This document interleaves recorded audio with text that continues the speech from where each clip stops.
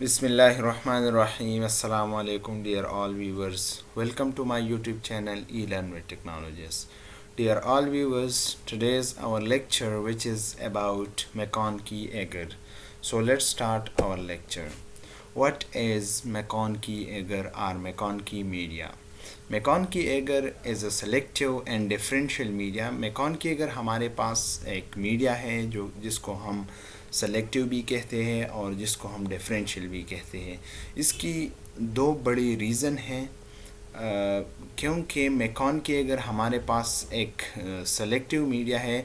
इसकी main reason ये है कि इसके अंदर ऐसे केमिकल्स है या इसके अंदर बाइल साल्ट है या क्रिस्टल वॉलेट है जो कि ग्राम पॉजिटिव बैक्टीरिया की ग्रोथ को इनहिबिट कर देती हैं और ग्राम नेगेटिव बैक्टीरिया की जो ग्रोथ है उसको सपोर्ट कर देती है। तो उसकी वजह से हम McConkey-Eger को हम कहते हैं सेलेक्टिव मीडिया या सेलेक्टिव एगर हम उसके कहते हैं। और McConkey-Eger को हम डिफरेंशियल मीडिया इसलिए कहते हैं क्योंकि उसके अंदर लैक्टोज प्रेजेंट होते हैं। इसकी कंपोजिशन हम जो आने वाले स्लाइड्स है उसके अंदर प्रेजेंट होते हैं, ठीक है। लेकिन जो McConkey मीडिया है उसके अंदर हमारे पास लैक्टोज प्रेजेंट होती है। कोई भी बैक्टीरिया या माइक्रो ऑर्गेनिज्म अगर लैक्टोज को यूटिलाइज करे, उसको फर्मेंट करे, तो उसकी वजह से वहाँ पर जो एसिड की प्रोडक्शन हो जाती है और जो McConkey-Eger है उसके अंदर वहाँ पर एक डाई प्रेजेंट होती है जो इंडिकेटर डाई है जिसको हम कहते हैं न्यूट्रल रेड।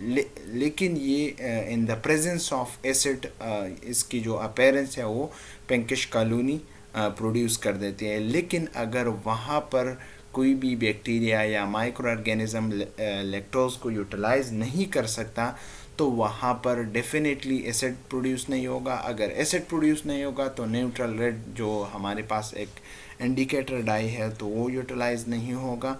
तो उसकी वजह से हमारे पास जो कॉलोनीज़ आएंगे वो कलरलेस होंगे। और दूसरी बड़ी इम्पॉर्टेंट बात ये है कि जो जो एगर है या मीडिया है ये हमारे पास ग्राम नेगेटिव रॉड्स के लिए यूज़ होता है और जो एंटेरोबैक्टीरियाई जो फैमिली है तो उसके लिए हम स्पेसिफिकली यूज़ कर देते हैं। लेकिन जो कोकाई शेप है या जो राउंड शेप बैक्टीरिया है उसके अंदर उसको हम मोस्टली ग्रो नहीं कर सकती, ठीक है। अब हम आते हैं कंपोजिशन ऑफ McConkey-Eger की तरफ। उसके अंदर peptones, proteopeptones, lactose, bile salt, sodium chloride, neutral red और क्रिस्टल वॉलेट और एगर, ये सारे के सारी जो चीज़ें हैं ये जो McConkey-Eger है उसके अंदर प्रेजेंट होती हैं, ठीक है। लेकिन अगर कोई भी बैक्टीरिया लैक्टोज को फर्मेंट करे तो वहाँ पर एसिड प्रोड्यूस होगा और वहाँ पर न्यूट्रल डाई है, एक इंडिकेटर डाई है, वो in the presence of acid वहाँ पर ये रेड कलर देता है।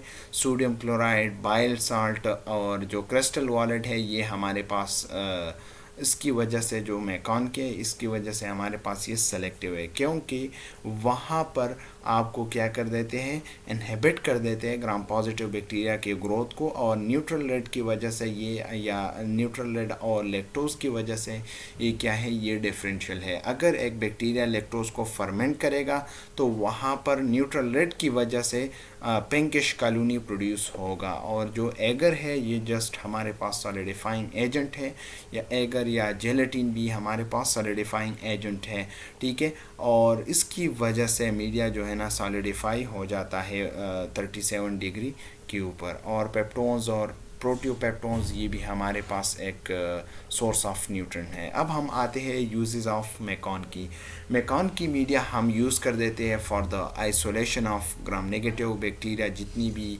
ग्राम नेगेटिव बैक्टीरिया है ख्वाह वो हमने कोलन से एक्सट्रैक्ट की हो, वो सैम्पलिंग हमने की है, या कहीं से भी हम सैंपल ले लेते हैं लेकिन उसके अंदर ग्राम नेगेटिव रॉड्स हो तो डेफिनेटली हम McConkey जो मीडिया है इसके ऊपर हम उसको आइसोलेट कर सकते हैं। और उसको हम यूज़ भी करते हैं ताकि हम डिफ्रेंशिएट कर सकें lactose fermenting bacteria from non lactose fermenting bacteria. और इसके अंदर हम ग्राम नेगेटिव बैक्टीरिया और उसके अंदर स्पेशली जो रॉड है उसको हम डिफ्रेंशिएट कर देते हैं, लेकिन उसके अंदर इसके ऊपर हम नॉन फास्टिडियस बैक्टीरिया ग्रो कर सकते हैं, क्योंकि जो फास्टिडियस बैक्टीरिया है उसके लिए फिर हमें एक्स्ट्रा न्यूट्रिएंट रिक्वायर होती है, जैसा कि यॉर्क सैक हो गया, सीरम हो गया, ब्लड हो गया, या इस तरह की चीज़ें हम मीडिया के अंदर फिर ऐड कर देते हैं फॉर देयर ग्रोथ.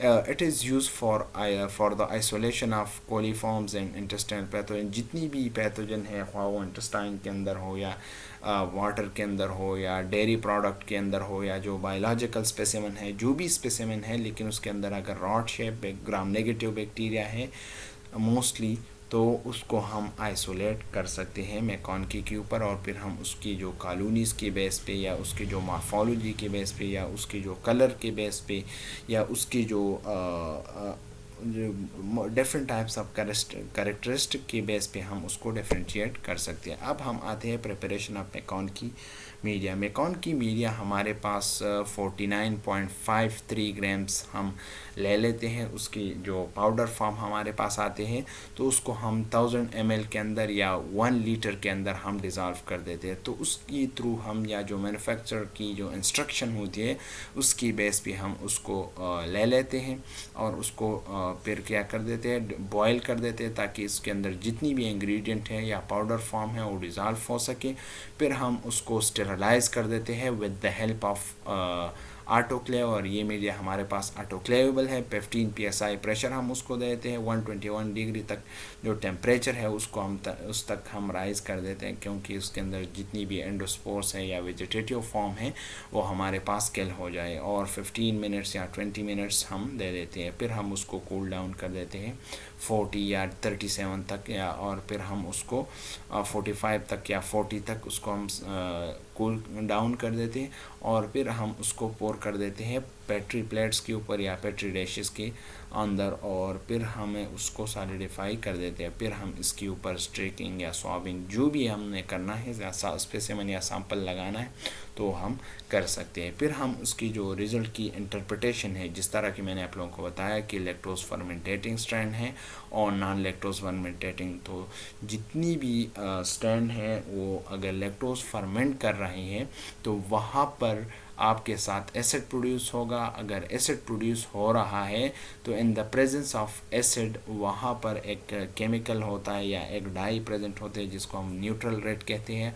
और ये न्यूट्रल रेट की वजह से या जो जब हमारे पास pH कम हो जाता है तो एनवायरनमेंट एसिडिक हो जाता है या मीडिया एसिडिक हो जाता है, तो वहाँ पर न्यूट्रल रेट जो है ना हमारे पास क्या कर देता है, वो पिंकिश कॉलोनी प्रोड्यूस कर देता है. लेकिन जो नॉन लैक्टोज फर्मेंटेड स्ट्रैंड है हमारे पास, जिसके अंदर शिजिला है, साल्मोनेला है और भी है, तो उसकी कलरलेस या ट्रांसपेरेंट कॉलोनीज होती हैं.